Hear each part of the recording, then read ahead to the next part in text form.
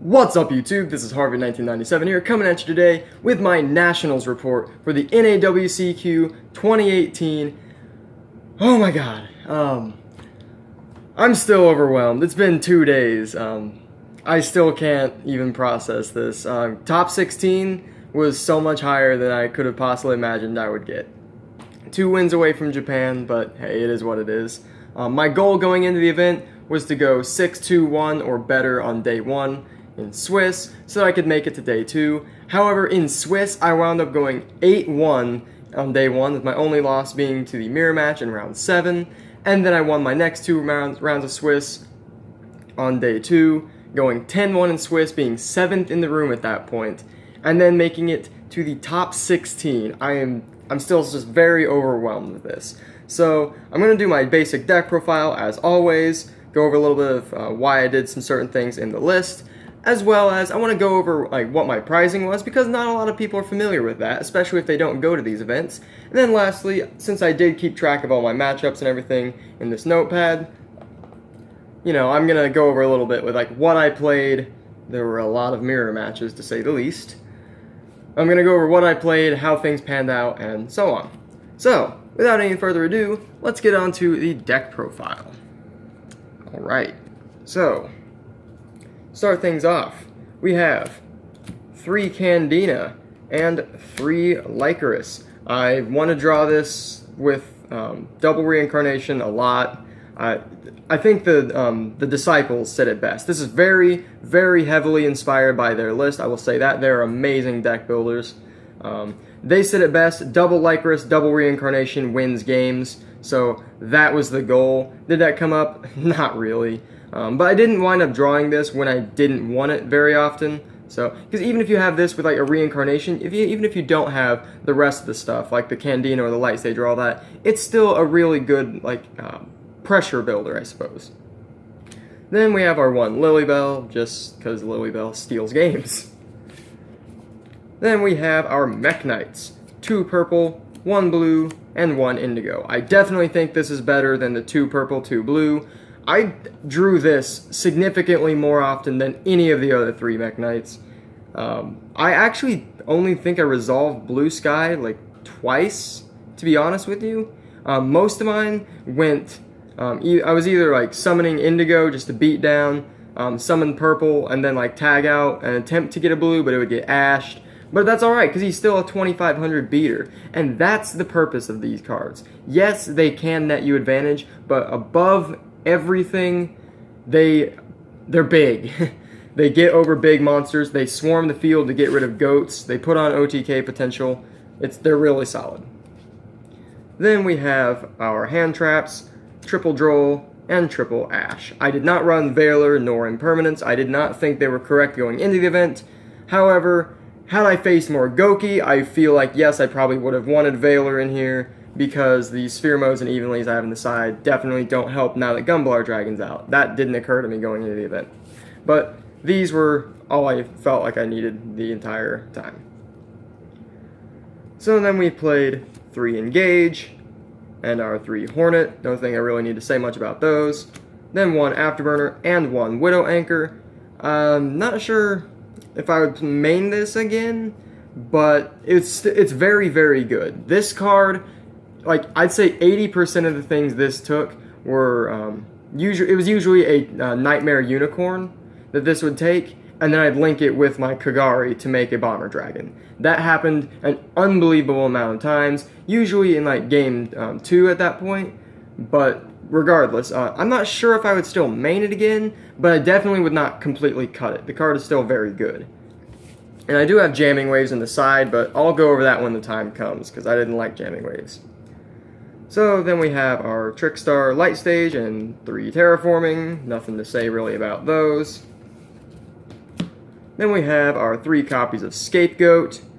Do I need to say it's a win button, and it stops OTKs, so yeah, it's broken. And 3 copies of Called by the Grave, because we were never getting hit by Droll or Ash when we didn't want to.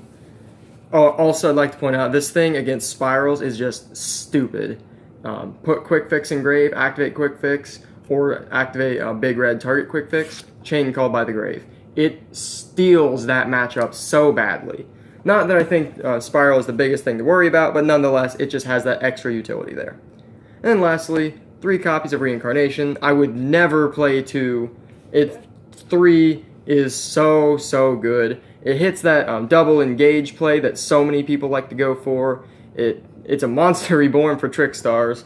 There's nothing better than having this engrave, and then your opponent thinks everything's fine, and then like in the middle of the battle phase, you go, you know what, I think I want to banish Reincarnation and target Lilybell.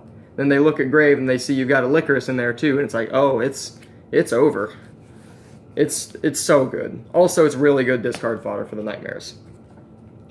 Then for our extra deck, I'd say it's very standard with, like, this is my flex spot. I'll go over that after.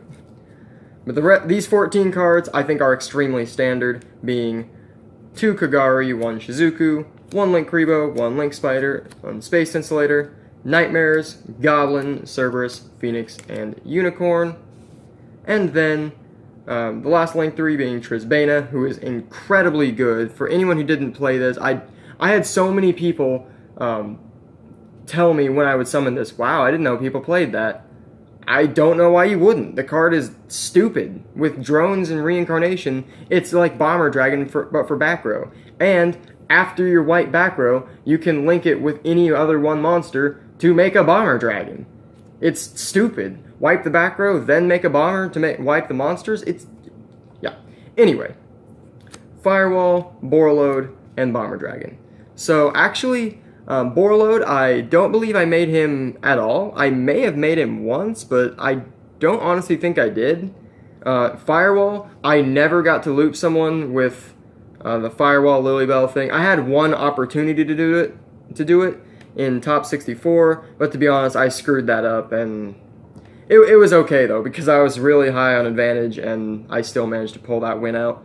Regardless, that didn't come up very often, because most times I was playing the mirror, they would leave one of these 2 out, like the Kagari, the Shizuku, depending on if they were drolled or not, but they would only have like the 1 Hornet Drones engrave.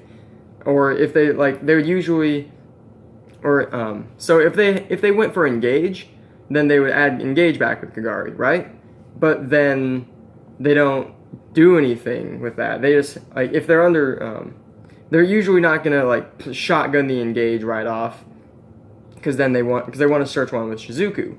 On the flip side of that, if they are under droll, or like, regardless, I don't know. It's hard to explain. Typically though, they're gonna like add drones back, search engage, or engage, search drones, get engage back, search engage. And that leaves them with either 0 or 1 spells engrave. Very rarely were there more than that. So I never really had that opportunity to go for it. But, and again, the one time I did, I screwed it up. But it's all good. I don't think there's anything else really to talk about in here. Let's take a quick look. Nope, I think that'd be it. Alright. Oh, and also of note, I never droll Reincarnation someone the entire time. People were very ready for it with the Ash Blossom on Reincarnation, or Called by the Grave on droll. I'm maining 3 of each for a reason. Other people are doing the same. But again, it happens. Oh, and my flex spot in the extra deck was a Trickstar Holly Angel. Some people were saying run Saryuja. Some people were saying running Gumblar.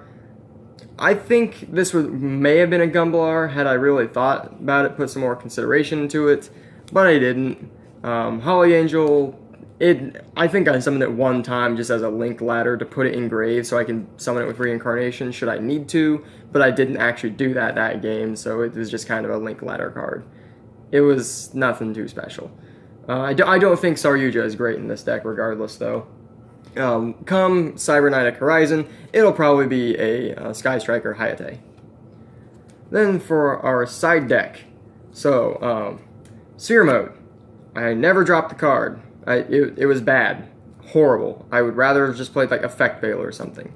Evenly Matched. I had this in hand a single time the entire weekend against Altergeists, and he Mind Crushed it. So that didn't really do me anything either. Trash. Jamming Waves. Never resolved the card.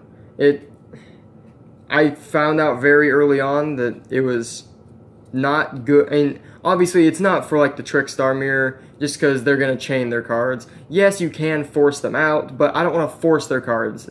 I want to get rid of their cards. I don't want to just go -1 to let them activate it early, but because I can do that with Trisbana.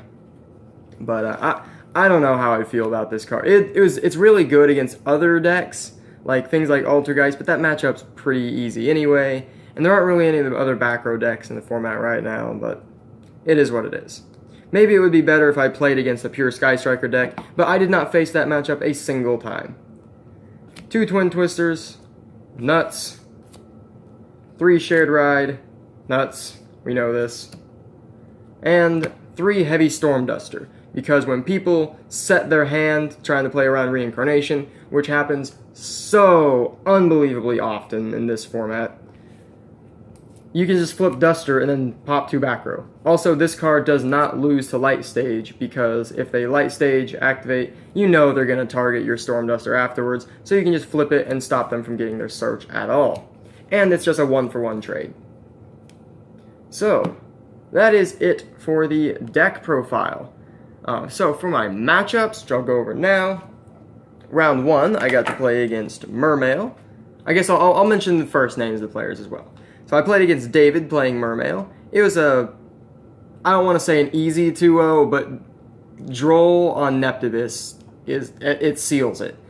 When they send Dragoons, add Dragoons, next chain link, activate Dragoons, engrave, chain Droll. It's just over, honestly, because then they have no pressure to give, and they're out of Dragoons.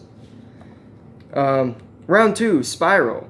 He actually had me shaking a little bit in round 1, because he got, how do I say, Spiral Tough is still a very, very good card, to say the least. But then I won the next 2 games, and it was alright. Round 3, same, I played Spiral again, where he got game 1, then I got the next 2. In both round 2 and 3, I encountered the same thing with Spiral, in that they got to go first in game 3, and just bricked harder than, you could ever think possible. But that's why that deck isn't considered like that tier 1 status anymore, because it's very, very inconsistent. Round 4, played again. Oh, I guess I'm not mentioning their names either. It was Ozzy and Raheel. Round 4, I got to play against Kendrew, playing Trickstar Sky Strikers. I'll just say the mirror from now on with that. I don't think there was anything significant. I didn't write anything down. Let's see. Round 5, I played against Trickstar Sky Strikers again and 2-0'd. I actually got deck checked in round 4. They found nothing. Then I somehow got deck checked again in round 5. This time they found a minor infraction on one of my Ash Blossoms, but we searched and searched on that card and could not find anything wrong with it. But shout out to my friend Chris for swapping me out just to be safe. Round 6, played against Goki. The one time I played Goki the entire time. He had Imperial Order in game 2, but I still won. You just grind it out, let them pay 700 at a time. And then eventually I popped it, and that was it.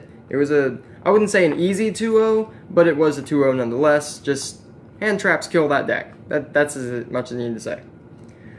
Round 7, I'm forgetting to say their names. That was against Griffin. Yeah.